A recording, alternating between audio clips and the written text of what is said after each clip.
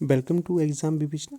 तो दोस्तों, जैसा कि आप लोगों को पता है, हमारी टीम के द्वारा आप लोगों के लिए नए पाठ्यक्रम पर आधारित प्रश्न उत्तर ऑडियो लेक्चर के माध्यम से प्रस्तुत किए जाते हैं। जो हमारा ये लेक्चर है, ये हमारा लेक्चर नंबर 4 होगा। इससे पहले हमने 3 लेक्चर कंप्लीट कर लिए हैं। अगर अभी तक आपने उन्हें नहीं सुना है तो बस ये आप डिस्क्रिप्शन बॉक्स चेक करिए, या फिर जो वीडियो के अंत में आपको प्लेलिस्ट का लिंक मिल जाएगा, उन्हें भी आपने देखना है। बाकी अगर अभी तक आप हमारे टेलीग्राम, व्हाट्सएप, फेसबुक पेज के साथ नहीं जुड़े हैं, उनके लिंक भी आपको डिस्क्रिप्शन बॉक्स में दे दिए गए हैं। वहाँ पर आप ज्वाइन कर सकते हैं। पीडीएफ इत्यादि वहाँ पर आपको सेंड की जाती हैं। ठीक है। और ये देखिए, दोबारा से आपको बता रहा हूँ, ये है ऑडियो लेक्चर। यहाँ पर आपको प्रश्न नहीं मिल सकते, अर्थात जो स्क्रीन में प्रश्न शो नहीं हो सकते। तो बीच बीच में काफ़ी सारे कैंडिडेट्स की ये डिमांड रहती है कि प्रश्न और उत्तर भी स्क्रीन पर दिखने चाहिए। तो समय इतना नहीं हो पाता हमारे पास कि ये चीज़ें भी कर पाए अरेंज। तो थोड़ा सा जो समय आपके लिए उपलब्ध हो पा रहा है, वो मैं ऑडियो के माध्यम से ही दे रहा हूँ। आप देखिए, ऑडियो से बेहतरीन रिवीजन हो जाता है। बहुत ज़्यादा फ़ायदेमंद होगी अगर आपको ये आप ध्यान से इसको फॉलो करते रहोगे। तो ज़रूरी नहीं है कि आपको प्रश्न भी दिखने चाहिए। जो मैं आपको कह रहा हूँ, आपने उस पर पूरा फोकस करना है। आपका देखिए, नए पाठ्यक्रम पर आधारित एक तो लेक्चर हो जाएगा, दूसरा आपका यहाँ से रिवीजन भी हो जाएगा। डबल चीज़ें यहाँ से आपकी निकलेगी। तीसरा ये है कि अगर आप काम करते समय, अर्थात कोई भी घर का कार्य कर रहे हैं, उस समय ईयरफोन लगाकर इस ऑडियो को सुनते हो तो आपको बहुत से बहुत बहुत ज़्यादा फ़ायदा होगा। आप इस बात को मानिए। जब मैं तैयारी करता था अपने नेट, जेआरएफ इत्यादि की, तो मैं भी इसी तरह से ऑडियो को सुना करता था। उन्हीं से मुझे काफ़ी फ़ायदा हुआ है। आपको भी फ़ायदा होगा। आप प्रश्नों के झंझट में मत पड़िए कि आपको प्रश्न दिखने ही चाहिए। ठीक है। जो मैं कहना चाह रहा हूँ उसको समझिए आप, क्योंकि समझोगे तो आपको इससे अवश्य फ़ायदा मिलेगा। बाकी अगर अभी तक आप हमारे जो नए पाठ्यक्रम से संबंधित बाकी की वीडियोज़ नहीं देख पाए हैं, तो उनको भी देखिए, आपको फ़ायदा होगा ही होगा। फिर देखिए, शुरू करते हैं आज के लेक्चर को। तो यहाँ पर देखिए, पहला प्रश्न आपसे ये पूछा जाएगा, सीधा सीधा प्रश्न, कि जो सूरदास है, इनका जन्म कब और कहाँ पर हुआ था। तो पहले प्रश्न का उत्तर ये होगा कि सूरदास का जन्म 1478 ईस्वी में हुआ था और इनकी मृत्यु 1583 ईस्वी में हुई थी।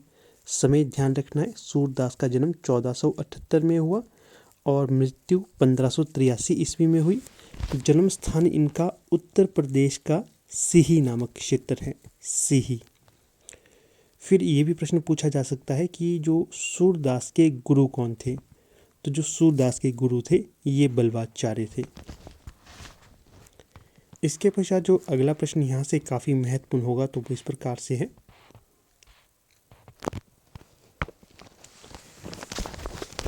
सूरदास के जन्म स्थान के संबंध में दो मत प्रस्तुत किए जाते हैं कि इनका जन्म यहाँ पर हुआ है या फिर यहाँ पर हुआ है। तो प्रश्न अगर पूछा जाएगा, प्रश्न संख्या 2, वे कौन कौन से विद्वान हैं जो मानते हैं कि सूरदास का जन्म रुनकता या गऊघाट में हुआ था। तो वे विद्वान इस प्रकार से हैं, आचार्य रामचंद्र शुक्ल, श्याम सुंदर दास, हजारी प्रसाद द्विवेदी। जो ये 3 विद्वान थे, ये मानते थे कि जो सूरदास का जन्म रुनकता गऊघाट में हुआ। दूसरा मत ये है सूरदास के जन्म से संबंधित, वे कौन से विद्वान हैं जो सूरदास का जन्म सीही नामक क्षेत्र में मानते हैं। तो जो सूरदास का जन्म सीही नामक क्षेत्र में मानते हैं, तो वे हैं वार्ता साहित्य डॉक्टर नगेंद्र गणपति चंद्रगुप्त। फिर से रिपीट करूंगा, सीही में डॉक्टर नगेंद्र गणपति चंद्रगुप्त और वार्ता साहित्य मानते हैं कि इनका जन्म सीही में हुआ। फिर तीसरा प्रश्न आपसे ये पूछा जाएगा कि जो सूरदास थे, ये अपने गुरु बलवाचार्य से कितने दिन छोटे थे। ये शायद पीजीटी कमीशन या फिर एलटी कमीशन में पूछा गया प्रश्न है। तो जो सूरदास थे, ये अपने गुरु बलवाचार्य से मात्र 10 दिन ही छोटे थे। कितने दिन छोटे? 10 दिन ही छोटे थे। अगला प्रश्न चौथा, इसमें ये पूछा गया है किसने सूरदास को भगवत गीता वर्णन करने का उपदेश इन पंक्तियों के माध्यम से दिया? किसने सूरदास को भगवत लीला वर्णन करने का उपदेश इन पंक्तियों के माध्यम से दिया? सूर हवे के घिघियात काहे को है, कुछ भगवत लीला वर्णन करो। सूर हवे के घिघियात काहे को है, कुछ भगवत लीला वर्णन करो। जो ये पंक्तियां हैं ये आचार्य बल्वाचार्य के द्वारा सूरदास को सुनाई गई थी। होता इस प्रकार से है, कुछ इसकी कहानी ये है कि जो पहले सूरदास है ये भगवत लीला में ज़्यादा वर्णन नहीं करते थे। व्यर्थ की बातें, हमारे लिए तो वो व्यर्थ की बातें नहीं, हमारे लिए तो वे भी कीमती बातें थी, परंतु जो महान विद्वान होते हैं उन्हें फालतू की बातें करना पसंद नहीं होता है। क्योंकि जो सूरदास थे शुरुआत में भगवत लीला नहीं करते थे, अपने दुख दर्द इत्यादि के बारे में ज़्यादा चर्चा करते रहते थे, समय पर पूजा कीर्तन नहीं करते थे, इत्यादि इत्यादि करते रहते थे। और एक दिन इन्हें जब पता चला कि बल्वाचार्य इनके क्षेत्र में आए हैं तो वो उनके दर्शन करने के लिए चले गए और उनके समक्ष जाकर जो सूरदास है वे गीत गाने लग जाते हैं। और जब ये गीत उनका सुनते हैं, बल्वाचार्य सूरदास का गीत सुनते हैं, तो इनकी आवाज़ से बल्वाचार्य प्रभावित तो होते हैं, परंतु साथ में इन्हें ये नसीहत भी देते हैं कि तुम्हें भगवत लीला करनी चाहिए, व्यर्थ के गीतों इत्यादि में अपना समय नहीं खपाना चाहिए। तो ये ध्यान रखिएगा, काफ़ी महत्वपूर्ण है। प्रश्न संख्या 5, इसमें आपसे ये पूछा गया है कि जो सूरदास द्वारा रचित ग्रंथों की मूल संख्या कितनी मानी जाती है?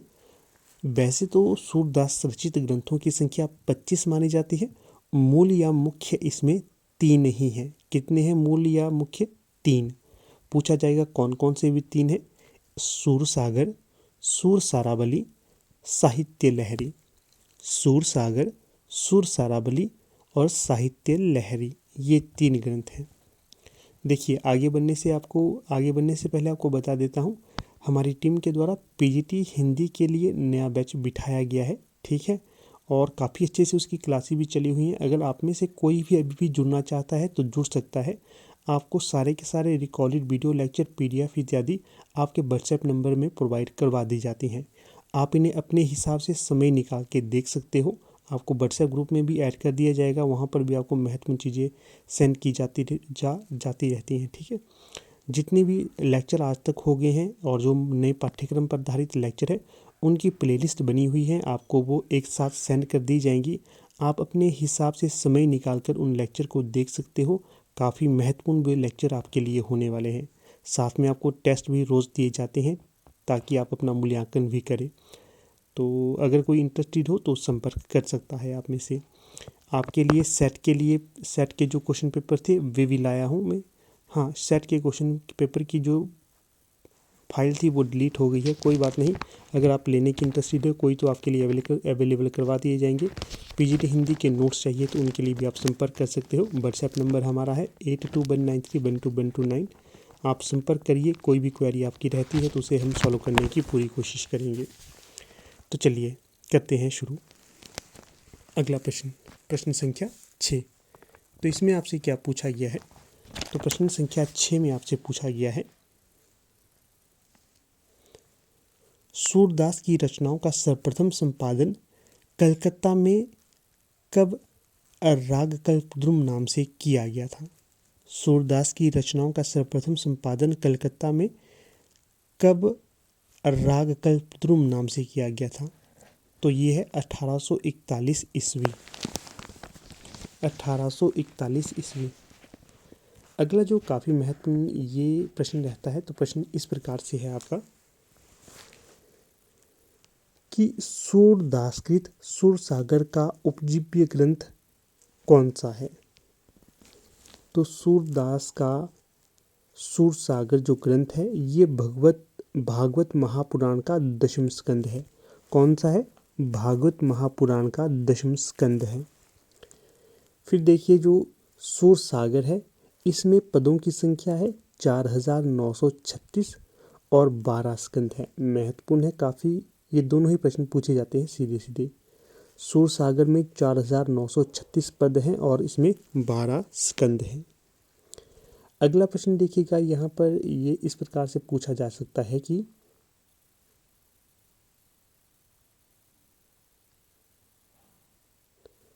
प्रश्न ये आपसे पूछा जा सकता है, हिंदी साहित्य में भ्रमर गीत काव्य परंपरा का प्रवर्तन किसने किया? हिंदी साहित्य में भ्रमर गीत काव्य परंपरा का प्रवर्तन सूरदास के द्वारा किया गया था। अगली जो ये पंक्ति होगी ये भी काफी महत्वपूर्ण है कि भ्रमर गीत का सर्वप्रथम एक पूर्ण प्रसंग के रूप में वर्णन श्रीमद् भागवत के दशम स्कंद के 47वें अध्याय के 12 से 21 श्लोकों में मिलता है। पंक्ति को फिर से रिपीट करूंगा।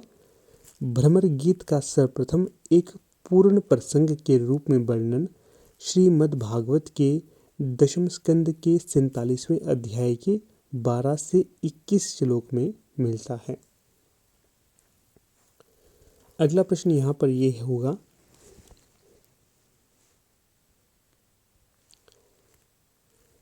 सूर जो अपनी सूरसागर रचना है सूरसागर की, इसके संबंध में किस विद्वान ने क्या क्या मत कहे हैं ये आपको बता देता हूँ।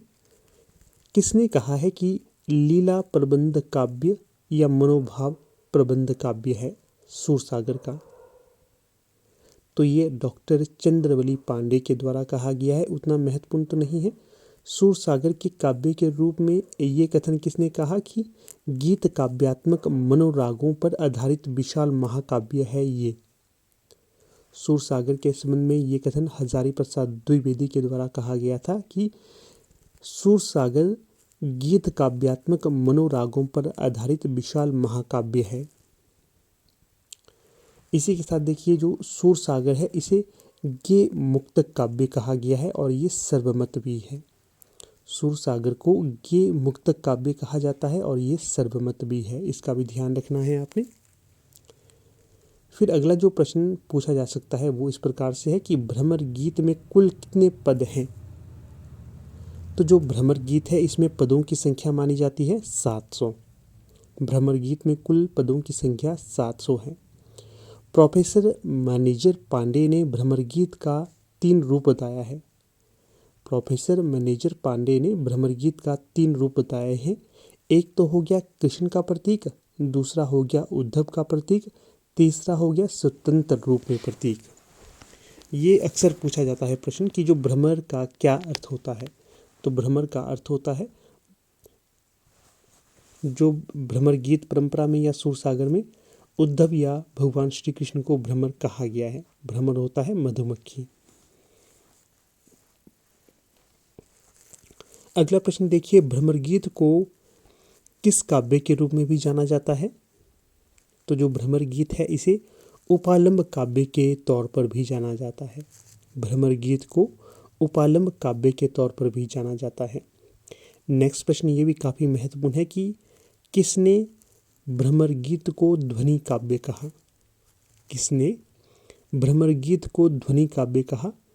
तो आचार्य रामचंद्र शुक्ल ने भ्रमर गीत को ध्वनि काव्य कहा था। याद रखना है, काफ़ी महत्वपूर्ण होगा।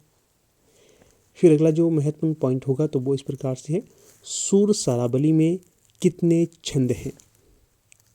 सूरसारावली में कितने छंद हैं? तो सूरसारावली में है 1107 छंद।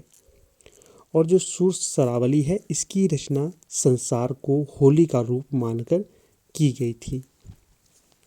सूरसारावली की रचना संसार को होली का रूपक मानकर की गई थी। अगला प्रश्न है, साहित्य लहरी में किस चीज़ों का वर्णन किया गया है? तो जो सूरसागरकृत साहित्य लहरी है इसमें अलंकार और नायिका भेदों के उदाहरण प्रस्तुत किए गए हैं और 118 दृष्टिकूट पद इसमें देखने के लिए मिलते हैं। ये भी प्रश्न पूछा जाता है कि सूरदास के किस ग्रंथ में दृष्टिकूट पद देखने के लिए मिलते हैं? तो ये साहित्य लहरी होगी। साहित्य लहरी का समय है 1550 ईस्वी के आसपास इसे लिखा गया था। इसमें अलंकार और नायिका भेदों के उदाहरण प्रस्तुत किए गए हैं और इसमें 118 दृष्टिकूट पद इससे संबंधित होंगे। अगला जो प्रश्न यहाँ पर है, किसने ये कथन कहा कि वात्सल्य और श्रृंगार के क्षेत्र का जितना अधिक उद्घाटन सूर ने बंद आंखों से किया उतना किसी और कवि ने नहीं किया। इन क्षेत्रों का कोना कोना वे झांक आए हैं। पंक्ति को फिर से रिपीट करूँगा क्योंकि ये मोस्ट इम्पॉर्टेंट है। वात्सल्य और श्रृंगार के क्षेत्र का जितना अधिक उद्घाटन सूर्य ने बंद आंखों से किया उतना किसी और कवि ने नहीं। इन क्षेत्रों का कोना कोना वे झांक आए हैं। तो ये महत्वपूर्ण कथन कहा गया है रामचंद्र शुक्ल के द्वारा। अगला कथन देखिए, अगला कथन भी काफ़ी महत्वपूर्ण है। सूरदास जब अपने विषय का वर्णन शुरू करते हैं तो मानो अलंकार शास्त्र हाथ जोड़कर उनके पीछे दौड़ता है। उपमाओं की बाढ़ आ जाती है, रूपकों की वर्षा होने लगती है, संगीत के प्रवाह में कवि स्वयं बह जाता है। मोस्ट इम्पॉर्टेंट है ये कथन भी।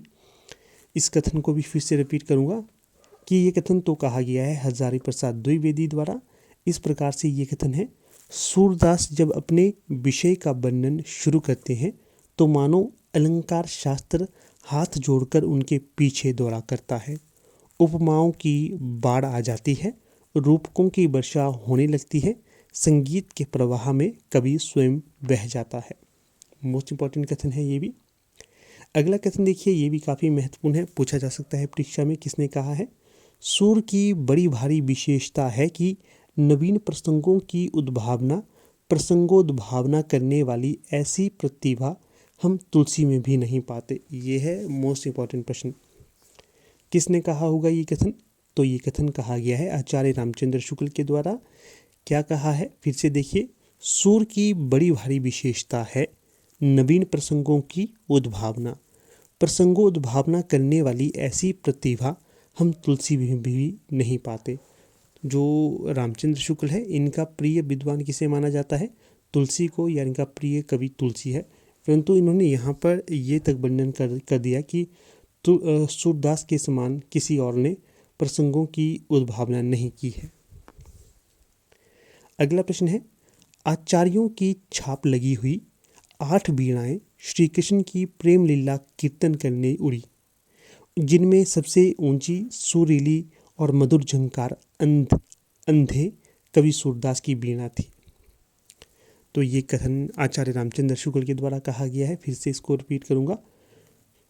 शुक्ल जी ने कहा है, आचार्यों की छाप लगी हुई 8 वीणाएं श्री कृष्ण की प्रेम लीला कीर्तन करने उठी, जिनमें सबसे ऊंची सुरीली और मधुर झंकार अंधे कवि सूरदास की वीणा की थी। काफ़ी महत्वपूर्ण है ये, इसका ध्यान रखना आपने। इसके पश्चात जो अगला आपके लिए महत्वपूर्ण पॉइंट ये रहेगा, सूरदास की मृत्यु में किसने ये पंक्ति कही थी? पुष्टि मार्ग को जहाज जात है, जाए कछु लेना होए सो लेऊ। ये प्रश्न तो सीधा सीधा नेट की परीक्षा में पूछा गया था, इसलिए आपके लिए पीजीटी हिंदी के लिए मोस्ट इम्पॉर्टेंट होगा ये। किसने ये कथन कहा सूरदास की मृत्यु में कि पुष्टि मार्ग को जहाज जात है, जाए कछु लेना होए सो लेऊ। अर्थात पुष्टि मार्ग का जहाज जा रहा है, अर्थात इसकी मृत्यु हो गई है, जिसे कुछ लेना हो तो वो जल्दी जल्दी जाकर ले सकता है। ये कथन कहा गया था बलवाचार्य विठलनाथ के द्वारा। ये कथन कहा गया है, जो विठलनाथ है इनके द्वारा अष्टछाप के कवियों की स्थापना या फिर अष्टछाप की स्थापना की गई थी। यहाँ पर देखिए, नाम तो अष्टछाप का आ गया, इनके बारे में भी बता देता हूँ। अष्टछाप की संख्या कितनी मानी जाती है कवियों की?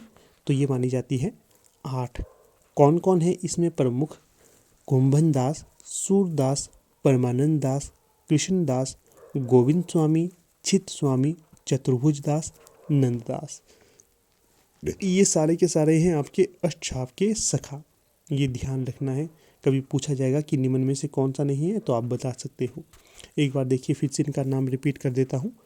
कुंभन दास, सूरदास, परमानंद दास, कृष्णदास, गोविंद स्वामी, चित स्वामी, चतुर्भुज दास और नंददास। फिर आगे देखिए, आगे क्या है। कई बार ये भी प्रश्न पूछा जाता है कि सूरदास का अंतिम पद कौन सा था? तो जो सूरदास का अंतिम पद था तो वो इस प्रकार से है, खंजन नयन रूप रस माते, अति सै चारा चपल अनियारे, पल पिंजरा ना समाते। फिर से देखिए, फिर से रिपीट करूँगा। खंजन नयन रूप रस माते, अति सै चारा चपल अनियारे, पल पिंजरा ना समाते। तो जो ये पंक्तियां हैं सूरदास की अंतिम पंक्तियां या पद होंगी। इसके पश्चात ये प्रश्न आपके लिए छोड़ देता हूं कि आपने बताना है वात्सल्य रस का सम्राट किसे माना जाता है। वात्सल्य रस का सम्राट किसे माना जाता है, आप इस ऑडियो लेक्चर के माध्यम से ही लगा सकते हो इसका आइडिया कि किसकी हम चर्चा कर रहे हैं।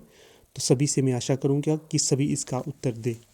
बाकी आप लोग उतना प्रश्नों के उत्तर नहीं देते हैं। जहाँ तक मुझे लगता है कि प्रश्नों के उत्तर देने के लिए आपको ज़्यादा से ज़्यादा प्रतिस्पर्धा की भावना रखनी चाहिए। क्यों?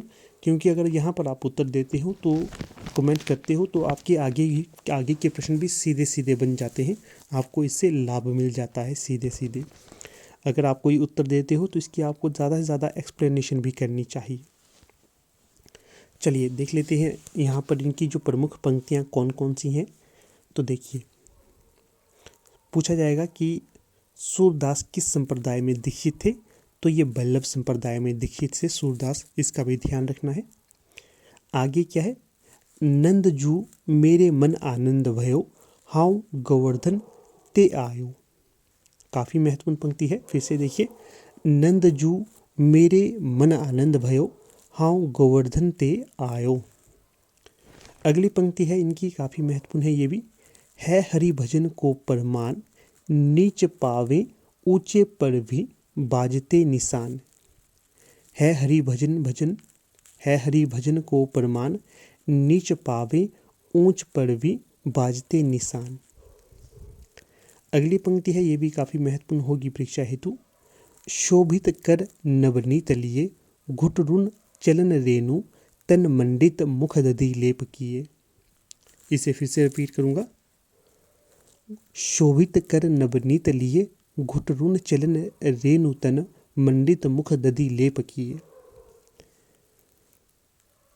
अगला देखिए, अगला जो ये पंक्ति होगी ये भी महत्वपूर्ण हो सकती है, सिखवत चलन जसोदा मया, अरब राय कर पानी गहावती, डगमगाए धरे पैयो। अगली पंक्ति है जो महत्वपूर्ण ज़्यादा नहीं होगी, उसे एक बार ही पढ़ूंगा, जो महत्वपूर्ण होगी तो उसे रिपीट भी करूंगा। अगली देखिए, पाहुनी करी दै तनक मह्यो, आरी करे मनमोहन मेरो, अंचल आनी गहेऊ। अगली पंक्ति है महत्वपूर्ण होगी ये भी, मया कब ही बढ़ेगी चोटी, कितनी बार माही दूध। ही बार तो तुम मुझे ये कहकर चुप करा देती हो कि दूध पियो तब बढ़ेगी। देखो कितनी बार मैंने दूध पिया अभी तक की ये पंक्ति, ये चोटी है, छोटी ही छोटी है मेरी। ठीक है, एक बार इसे फिर से रिपीट करता हूँ, मया कब ही बढ़ेगी चोटी, कितनी बार माही दूध पियत भई, यह अजूहू है छोटी। अगली पंक्ति होगी ये भी काफ़ी महत्वपूर्ण है, खेलत में काको गोसाया, खेलत में काको गोसाया। अर्थात जो ये पंक्तियां हैं गवाले कहती हैं भगवान श्री कृष्ण के कि तुम खेल में क्यों गुस्सा करते हो। अगली पंक्ति देखिए, अगली पंक्ति क्या है, धेनु दुहत अति ही राती बाड़ी, एक धार दोहिनी पहुँचावत, एक धार जहाँ प्यारी ठाड़ी। पंक्ति इंपॉर्टेंट है, फिर से रिपीट करूँगा, धेनु दुहत अति ही राड़ी, धेनु दुहत अति ही राती बाड़ी, एक धार दोहिनी पहुँचावत, एक धार जहाँ प्यारी ठाड़ी। अर्थात जब यशोदा मैया गाय को दूहते हैं, दूध निकालते हैं, उस समय मैया एक धार तो बाल्टी के अंदर अर्थात जो दूध निकालने का बर्तन होता है उसके अंदर पहुंचाती है, एक धार भगवान श्री कृष्ण के मुंह की तरफ कर देते हैं। बड़ा ही सुंदर देखिए वात्सल्य वर्णन यहाँ पर किया गया है। अगली पंक्ति देखिए, देखी री हरि के चंचल नैन, खंजन मीन मृगंज चपलाई, नहीं पटतर एक सैन। अगली पंक्ति है, मेरे नैन बिरह की बेल बई, सिंचत नैन नीर के सजनी, मुँह पतार गई। इंपॉर्टेंट हो सकती है ये पंक्ति, मेरे नैन बिरह की बेल बई, सिंचत नैन नीर के सजनी, मूल पतार गई। अगली पंक्ति काफ़ी महत्वपूर्ण है, मुरली तऊ गोपाल ही भावती, मुरली तऊ गोपाल ही भावती। अगली पंक्ति भी काफ़ी महत्वपूर्ण है, मधुबन तुम कत रहत हरे, मधुबन तुम कत रहत हरे। इंपॉर्टेंट पंक्ति है। अगली पंक्ति भी काफ़ी महत्वपूर्ण है, उधो तुम अपनो जतन करो, गोपियाँ कहती हैं उधो से, ओधो तुम अपनो जतन करो। अगली पंक्ति भी काफ़ी महत्वपूर्ण है। निर्गुण कौन देश को बासी, मधुकर हंसी समुझाए, सौह दे भुजती साँच ना हांसी। निर्गुण कौन देश को बासी, मधुकर हंसी समुझाए, सौह दे भुजती साँच ना हांसी। अगली पंक्ति भी काफ़ी महत्वपूर्ण है। बूझत श्याम कौन तू गोरी, कहाँ रहती काकी है बेटी, देखी नहीं कहूँ ब्रज खोरी। तो ये पंक्तियाँ भगवान श्री कृष्ण राधा मैया से कहती हैं जब उनकी पहली बार मिलन होता है इनका। ये पंक्ति फिर से पढ़ूंगा, देखो। बूझत श्याम कौन तू गोरी, कहाँ रहती काकी है बेटी, देखी नहीं कहूँ ब्रज खोरी। अगली पंक्ति है मानो माई घन घन अंतर दामिनी। अगली पंक्ति प्रभु हाउ सब पतितन को टीको। मोस्ट इंपॉर्टेंट पंक्ति है ये भी। प्रभु हाउ सब पतितन को टीको। अगली पंक्ति है यहाँ पर रूप रेख गुण जाति जुगाति, बिनु निरालंब कित धावे, सब विधि अगम विचारहि ताते सूर सगुन पद गावे। अगली पंक्ति काफ़ी महत्वपूर्ण है। जसोदा हरि पालने झुलावे, हलरावे दुलराई मलहावे, जोई सोई कछु गावे। अगली पंक्ति है मया मोही दाव बहुत खिंचायो। इम्पॉर्टेंट पंक्ति है ये भी। मया मोही दाव बहुत खिंचायो। अगली पंक्ति इम्पॉर्टेंट है। फटी ना गई ब्रज की छाती, कत ये सूल सहे। फटी ना गई ब्रज की छाती, कत ये सूल सहे।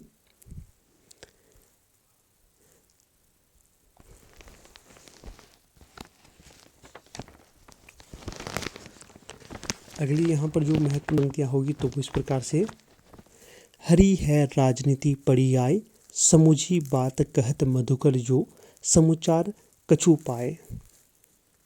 हरी है राजनीति पड़ी आए, समुझी बात कहत मधुकर जो, समाचार कछु पाए। अगली पंक्ति ये भी काफ़ी महत्वपूर्ण है। संदेशो देवकी सो कहियो। संदेशो देवकी सो कहियो। अगली पंक्ति ये भी काफ़ी महत्वपूर्ण है। मौसम कौन कुटिल खलकामी। तुलसीदास कहते हैं मौसम कौन कुटिल खलकामी। अगली पंक्ति महत्वपूर्ण होगी, ये भी देखिए। प्रभु जी मेरे अवगुण चित ना धरो। प्रभु जी मेरे अवगुण चित ना धरो। चरण कमल बंदो हरि राय। चरण कमल बंदो हरि राय महत्वपूर्ण पंक्ति है, सीधी सीधी परीक्षाओं में पूछी जाती है। अगली जो पंक्ति है काहे को गोपीनाथ कहावत। काहे को गोपीनाथ कहावत। अगली पंक्ति है मधुकर तुम रस लंपट लोग। मधुकर तुम रस लंपट लोग।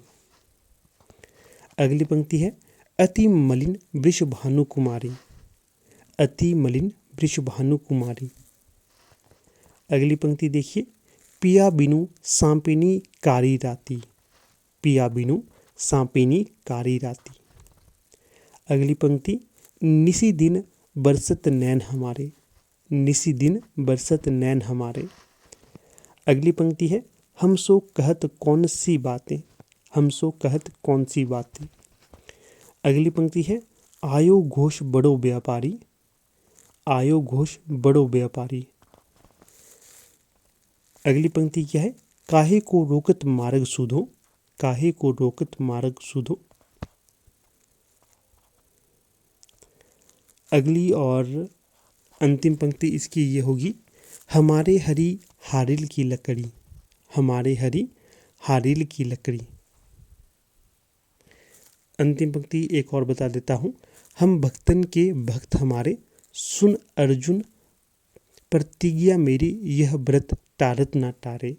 हम भक्तन के भक्त हमारे, सुन अर्जुन प्रतिज्ञा मेरी, यह व्रत टारत ना टारे। तो देखिएगा दोस्तों, कुछ इस प्रकार से आज का ये हमारा लेक्चर था। मुझे लगता है कि आपके लिए काफ़ी महत्वपूर्ण हुआ होगा ये। अगर अच्छा लगे तो इसे अवश्य लाइक, शेयर और चैनल को आप सब्सक्राइब करना, ठीक है।